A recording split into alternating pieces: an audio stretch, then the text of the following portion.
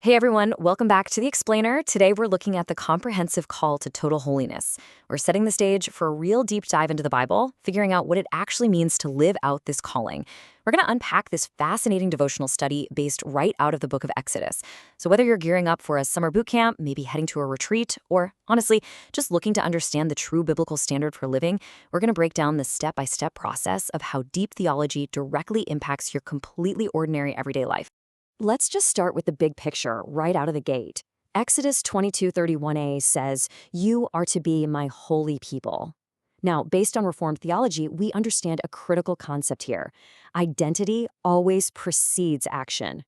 Notice how God doesn't say, hey, go do all these good things, and then, maybe you'll become my people. Nope. He says, you are to be my holy people. You're his. He's already chosen you, and because of that, you're called to live differently. Your action is really just a natural response to the identity he's already graciously given you. Okay, so here is our roadmap for the explainer today. We'll start with number 1, the call to holiness. Number 2, how God hears the vulnerable. 3, living a total way of life. And finally, 4, living it out during your summer boot camp. Let's just jump right in. Section 1, the call to holiness, identity before action.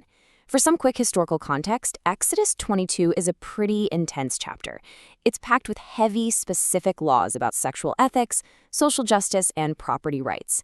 But all of these super diverse rules flow from one single foundational argument and identity, and that's belonging to God.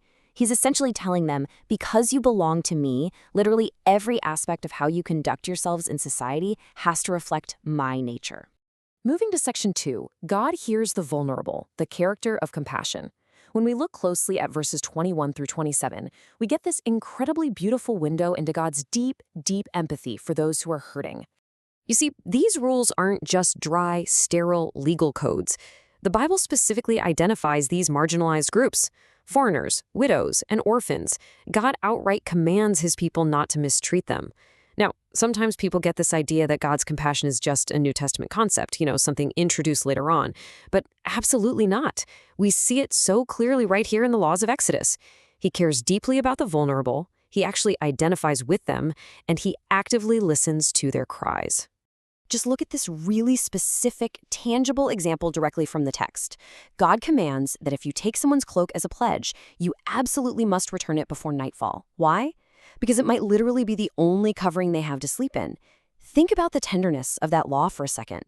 God isn't just handing down abstract high-level decrees from afar. He personally cares about the immediate physical needs of the vulnerable.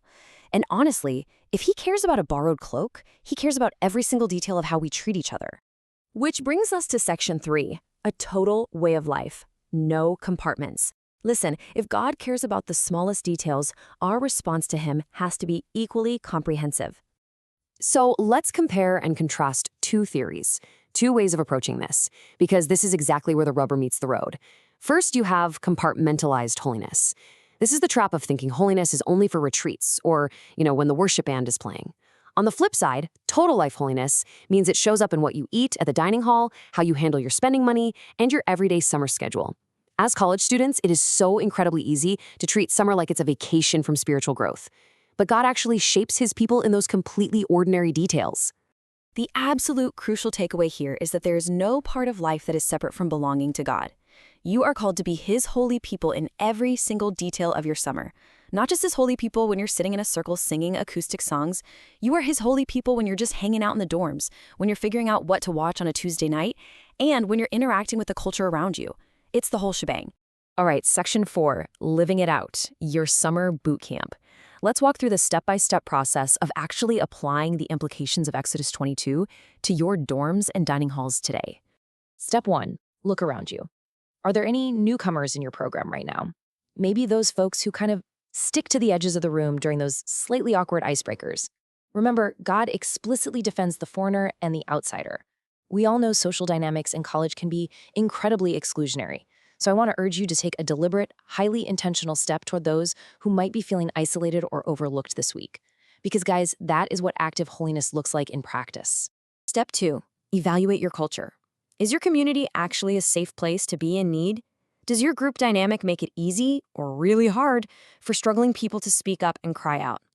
If God hears the cries of the vulnerable, our communities have to be places where people feel safe enough to be vulnerable themselves. And remember, let the fact that God hears the vulnerable totally motivate your own honesty and prayer. He hears your honest, messy, unfiltered prayers too. Step 3. It's time to do an internal audit. Where in your summer life have you been treating holiness as a spiritual subcategory rather than a comprehensive, all-encompassing identity? As you start preparing your hearts for the upcoming retreat, I really want you to reflect on those specific areas you've kind of kept off limits from God.